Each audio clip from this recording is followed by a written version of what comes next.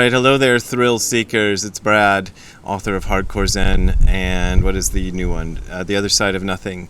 And I want to talk about something today that I shouldn't talk about, and I shouldn't be allowed to talk about, and no one should ever listen to me when I talk about it, which is that I received a message recently from somebody who was attending a BIPOC Zen group in her community, and that's not the first time I've heard of this. I've heard of this a lot. It's a big thing that's going on these days, these BIPOC Zen communities. And in case you're not an American or sufficiently, I don't know, involved in all of that stuff, BIPOC is an acronym that stands for Black Indigenous People of Color.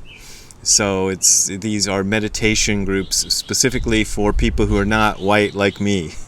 Although how white I am, I don't know, because here's a picture of my dad. But we'll just leave that one aside for now and talk as if I am an ordinary white folks, and I'm not allowed to talk about this. So I have brought along my wife, who's sitting next to me, and you can't see her on camera. She is a genuine BIPOC. She's both Indigenous and POC, right? Wouldn't we say? Sure, I guess. And she's going to listen to what I say, and then if she doesn't like it, she can yell at me. What do you think of this whole term BIPOC? It seems like just a very broad term that just lumps all non-white people into one category, as if they're all the same or they have some kind of shared similar experience because they're not white. Yeah. So I notice you don't call yourself, you're not going around calling yourself BIPOC or anything. Or Latinx or Latine, absolutely not. Well, I'm not a BIPOC, I'm just BIPOC curious. LOL. Anyway, so the whole idea of making these Buddhist groups, these meditation groups that are exclusively sort of for BIPOC people, is interesting to me. And I know that once this video goes out there and starts getting commented on by people on Reddit or wherever, people are going to say, Brad Warner rails against BIPOC meditation groups, and I'm going to be against it. And I wouldn't say categorically I'm against it. I just have some opinions about it which may or may not be useful, and if you don't like them, just listen to somebody else who has a different opinion. The main thing to me is this is a really American thing. Like, I don't think Americans, for the most part, realize how American some of these things are. This is so American, it's painful.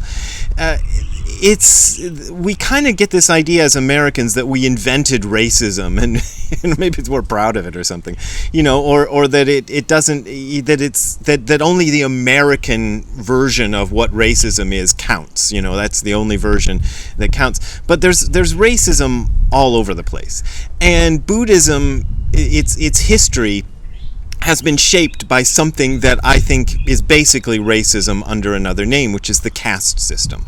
So in India at the time of the Buddha, the caste system was starting to develop. It hadn't developed into its full flower, if you want to say that. I think it's basically a negative thing. Most people think of it as a negative thing. But it hadn't fully developed, but it was around. And the Buddha was an opponent of the whole idea of the caste system. So when you became a monk under the Buddha, your caste was erased. So you had no caste at all. And this, I don't know a whole lot about how this worked out in India, but I do know a little bit about how it worked out in Japan. Because this was carried over into Japan, which in the medieval period did have a kind of a similar caste system. And the way it manifested in Japan in the medieval period is it became a legal issue. Because by becoming a monk, you erased your caste, so you were casteless, which if you were a member of the lower castes, that was a step up. And so there were laws put into place in Japan to prevent people from pretending to be monks. So you could actually be punished by law if you were, for example, a monk and then you were caught having a girlfriend or a boyfriend, if you were a nun, or eating meat or something like that, or breaking the monk's vows. And this was to prevent people from pretending to be monks to get out of the caste system. So the idea is that, I think, as far as in America and in most of the West, not a lot of people take the full ordination, so it's mostly a lay practice. But my ideal, I think, if you wanted to carry it over from what the early Buddhists did, would to be to say, once you come into the space, the Buddhist space, the Sangha, the Zendo, whatever, you leave all that behind. Now, of course, that's easier said than done, and people always carry over whatever attitudes they had outside. They carry over into the space, and so you're not going to get a perfect, raceless space in there. But you should at least make that a kind of a goal or an ideal. I know Buddhism is against all goals and ideals, but the idea being that you ideally you just don't deal with those things in the space. I have never heard of any historical precedent for sort of something like a BIPOC class in the history of Buddhism, like a BIPOC, I've never heard that there were special meditation groups, for example, for the so-called untouchables in the Indian caste system, or the Burakumin in Japan. I think if you had set up a class like that or a Zendo like that in the past, it would have been... Yeah, it would have been kind of weird. Although, I don't know, maybe such things existed. But the idea would have been, like I said, to just integrate everybody. Because I think integration benefits everybody. So if we think about segregation that happened, like in the U.S. in the past or in South Africa, it was we think of it as something that benefits the white people, but it didn't really benefit the white people. I mean, they might have gotten reserved the better train cars and toilets for themselves, and in that sense it would benefit. But they were missing out on a lot of the culture, a lot of the real true American culture, by not being able, by segregating the music venues so that they couldn't go see jazz or blues or early rock and roll and these things. So I don't think that segregation, which is made by the people who are supposedly the underclass and being segregated, it benefits anybody in any way. And one example of that is the early American Buddhist students. They had no choice but to learn from teachers who were not their own race. All of the teachers of Buddhism in the early days in the United States were Asian, and most of the students were not. They were usually, there were a large proportion of Jewish people, but just plain old white folks and plain old black folks as well going in, and Latinos and whatever going in, and the teachers were Asian. So if those people had said, we're only going to listen to Buddhism from white teachers, well, they wouldn't have gotten any Buddhism at all, or what they would have gotten would have been not great Buddhism. So I think it's important not to miss out on something because of these kind of superficial and, I think, rather silly designations of race. One thing that I like is Dogen's Daihai Tokusui, prostrating to that which has attained the marrow, prostrating to the attainment of the marrow. That's how Nishijima and Cross translate it. And this one I put in my book, Don't Be a Jerk, and I don't remember what the title I gave it, but I remember the working title I gave it was Women's Lib Chapter, because one of the things Dogen goes on about and really hammers home is this idea that you shouldn't reject a teacher just because your teacher is a woman. He's talking to mostly a male audience. He's probably delivering this to his monks as a speech. You shouldn't miss out on a good teacher because the teacher is a woman, or whatever race or caste they're involved in, but he really hits hard on the woman thing. And there shouldn't be Buddhist spaces which exclude women, which are men-only spaces, which is something that also existed, and he's very hot on that topic, that these should not exist. He also quotes Shakyamuni Buddha, who said, "When you meet teachers who expound the supreme state of Bodhi, which is enlightenment, have no regard for their race or caste. Do not notice their looks, do not dislike their faults, and do not examine their deeds," etc., etc. But it basically goes on about the idea of you don't reject a teacher because of what that teacher looks like. He says, "In practicing the state of Anuttara Samyak Sambodhi, which is complete, supreme, perfect enlightenment, the most difficult thing is to find a guiding teacher. Though beyond appearances such as those of a man or a woman, the guiding teacher should be a big, stout fellow," and that's a translation of the word daijobu, which in contemporary Japanese just means all right. Like if somebody falls and hits their head, you go, "Daijobu, are you all right?"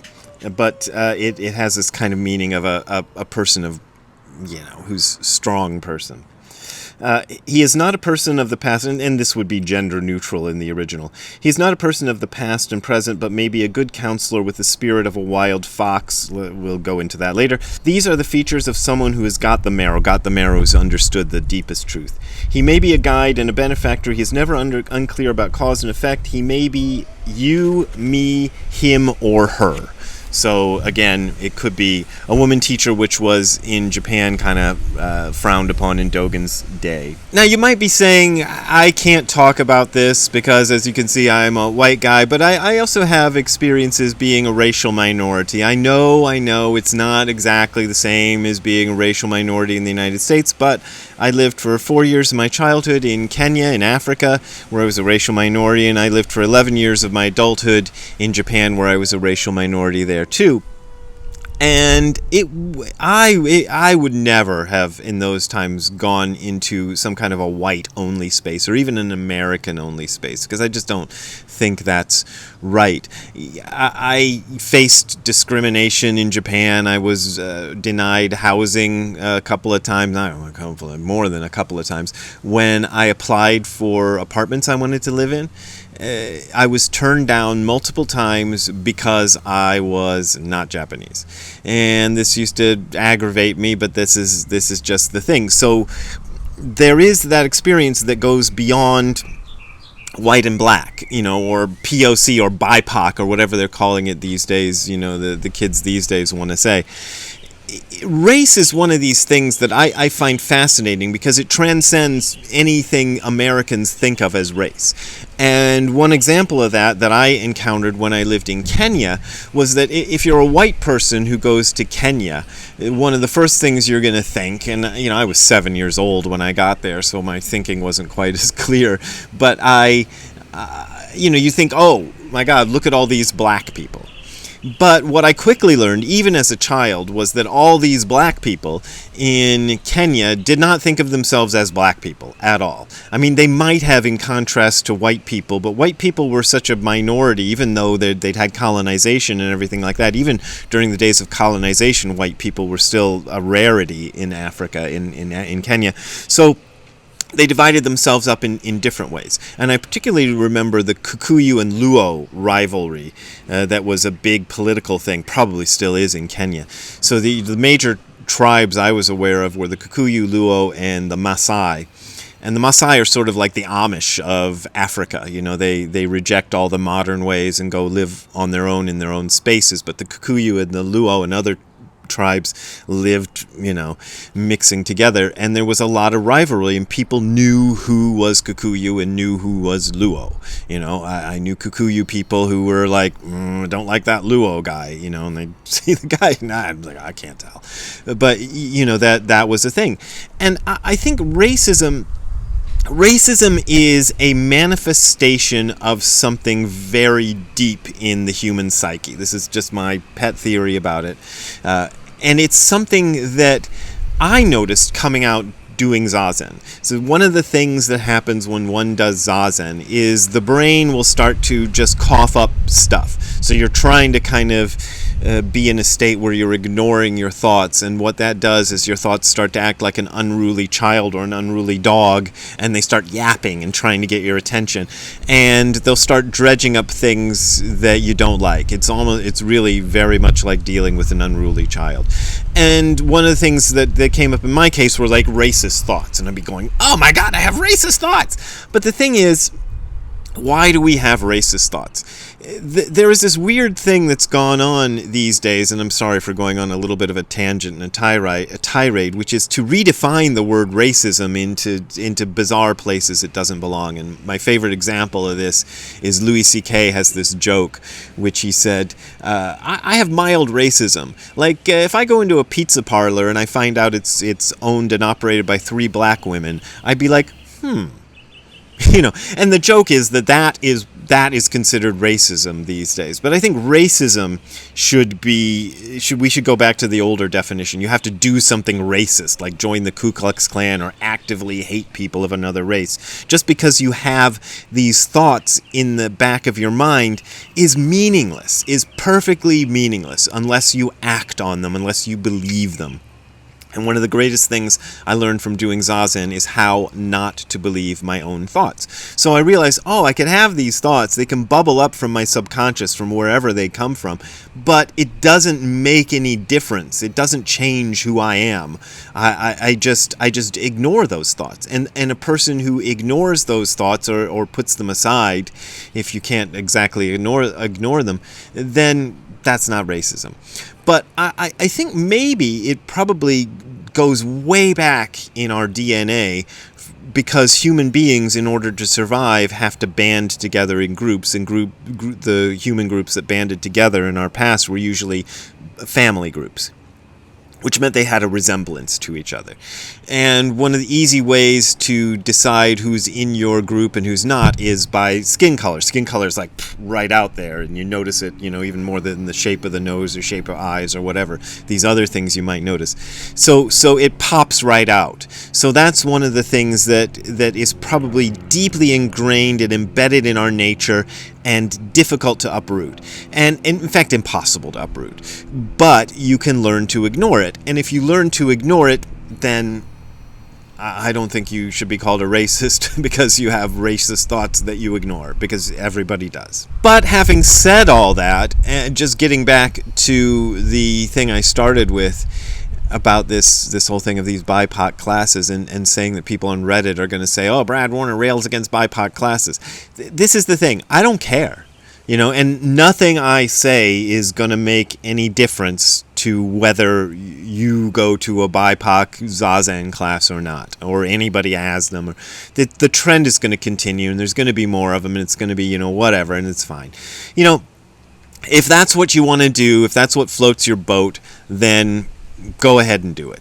It seems to me, though, that one of the aspects that doesn't get much airplay about these BIPOC classes and things is that they're a luxury afforded to Zen groups. Let's talk about Zen groups or Buddhist groups, whatever groups, that have gotten pretty big. Because I was looking online at some of these before I did this video, and I saw one that had a BIPOC class that was capped at admission of only 15 people. And I thought, geez, when I was running a Zen group in Los Angeles and Santa Monica, 15 people would be an amazing day. That would be like, wow, we got 15 people. Whoa. Because usually we get between 7 and 10 people. So any group I was ever part of wouldn't have had, you couldn't have divided up into BIPOC groups or Latinx groups or whatever groups, because you wouldn't have had anybody. You would have had like one person, for each group. So I think it's something that's a luxury for these big mega Zen groups. And these big mega Zen groups, they have their own issues, and I kind of steer clear of them myself. And that's just my opinion of that whole thing. So I don't think it's really an issue for any smaller group. And also, looking this up, I have to say I really dodged a bullet. I got interviewed to be the teacher at a place in, St. Paul. And I looked up at their BIPOC group space page, and it was just the most annoying stuff, because it assumed, as Adriana, my wife, said, that all BIPOC shared exactly the same views about everything, so it was like all this social justice and blah blah blah blah blah stuff. So it not only were they exclusive to Black, Indigenous, and people of color, they were exclusive to Black, Indigenous, people of color who have a certain political view. So let's ask Adriana something else here. She's right now getting into pottery making, right? And she's taking classes in Pomona about pottery making. So if you were offered a pottery class that was BIPOC only or Latinx only pottery class, would you go to that? And what would be your reasons for your answer? I definitely wouldn't seek a class like that out. I mean, if my studio all of a sudden was like, hey guys, we're offering this BIPOC pottery class, I'd be like, okay, what about it makes it BIPOC versus just like the regular pottery classes that I go to where there's like Latino, white, Asian, male, female students. I mean, I might consider it if it happened to be at a really convenient day and time of the week versus like the other classes not being as convenient for me because of work or whatever. But I would just be really curious, like what about it is going to be BIPOC? Are you going to show me pottery while discussing art history related to pottery and like Indigenous people, or is it just BIPOC people making pottery together? Like I don't like it's weird. Like I'd be curious, like why, how, and why. Yeah. So you probably all hate me, but if you don't hate me, you can send a donation because that's how I make my living. And the way to find out where to donate is to, if you're looking at this on YouTube, go right below the screen and there's the, what's it called, info section or whatever, I don't know, the little thing that tells you about the video. And my links to my PayPal and Patreon accounts are there. Or if you don't like that, you can go to the URL that you're seeing on the screen below, which is hardcorezen.info/donate. That is hardcorezen.info/donate. And that is also where you will find links to my PayPal and Patreon accounts, and that's how I make my living and feed Ziggy and everything else, and feed Adriana, although she probably makes more money than me. Anyway, we will see you again. Have a good time all the time. Bye. Hey Ziggy, what do you think of this whole BIPOC stuff? Would you go to a group that only had like doggies that were yellow and not doggies that were black or whatever? Would you do that? I don't think you would do that. I think you like all doggies. Big ones, small ones, whatever. Alright, chew on your foot. He's itchy. He's got itches and allergies. Anyway, we'll see you later, Ziggy. Bye.